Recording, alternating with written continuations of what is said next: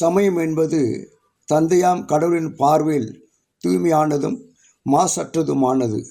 திருமுக ஆசிரியர் யாக்கோப்பை பொறுத்த வரையில் உண்மையான சமயம் பக்தி என்பது துன்புறும் அனாதைகளையும் கைம்பெண்களையும் கவனித்து கொள்வதும் உலகத்தால் கரைப்படாத தம்மை காத்து கொள்வதும் ஆகும்.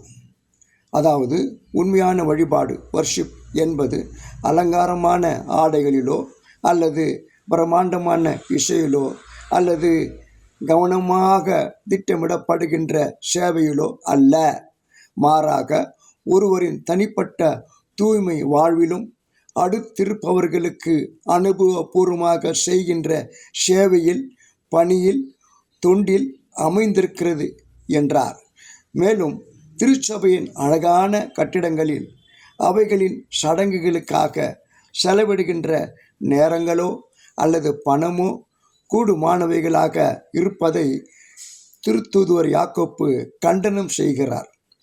இஸ்ரேல் மக்கள் பாவம் நிறைந்தவர்கள், அநீதி செய்வோரின் கூட்டம், தீச்செயல் புரிவோரின் வழிமரபு, கேடுகெட்ட மக்கள், கடவுளை புறக்கணித்து விட்டவர்கள், இஸ்ரேலரின் தூயவரை அவமதித்தவர்கள், ஏசாயா 1:4-5 என்பதாலும், இஸ்ரேல் மக்கள் வன்முறையில் ஈடுபட்டவர்கள் என்பதாலும், திருடருக்கு தோழராய் இருந்தார்கள் என்பதாலும், கையூட்டுவதற்கு ஏங்கியதாலும், திக்கற்றோருக்கு நீதி வழங்காததாலும், கைம்பெண்களின் வழக்குகளை தீர்ப்பில் கவனம் செலுத்தவில்லை என்பதாலும், எருசலேம் தலைவர்கள் செலுத்தின பெரும் மதிப்பு கொண்ட பலிகளை கடவுள் ஏற்றுக்கொள்ளவில்லை.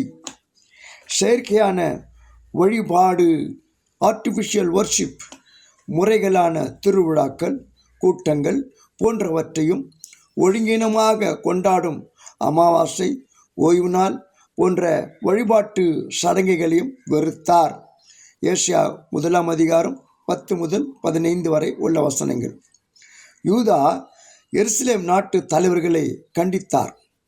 மக்கள் தங்களை தூய்மைப்படுத்தி கொள்ளவும், தீ செயலை அகற்றவும், தீமை செய்தலை விட்டு ஒழிக்கவும், நன்மை செய்ய கற்றுக்கொள்ளவும், நீதியை நாடவும், ஒடுக்கப்பட்டோருக்கு உதவி செய்யவும், திக்கற்றோருக்கு நீதி வழங்கவும், கைம்பெண்ணுக்காகவும் வழக்காடவும் யூதா எருசலேம் தலைவருக்கு கடவுள் அறிவுறுத்தினார் என்பது விவிலிய பதிவுகள்.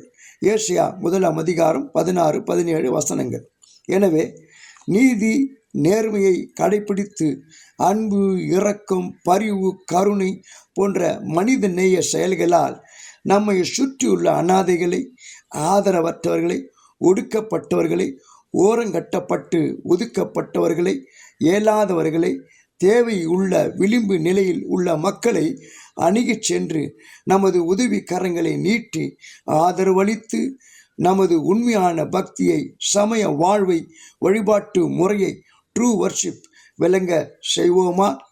கடவுள் நம்மிடம் எதிர்பார்ப்பதை நிறைவேற்றுவோமா? மீகா 6:8 சிந்திப்போம். கடவுள் உங்களை ஆசீர்வதிப்பாராக. ஆமென்.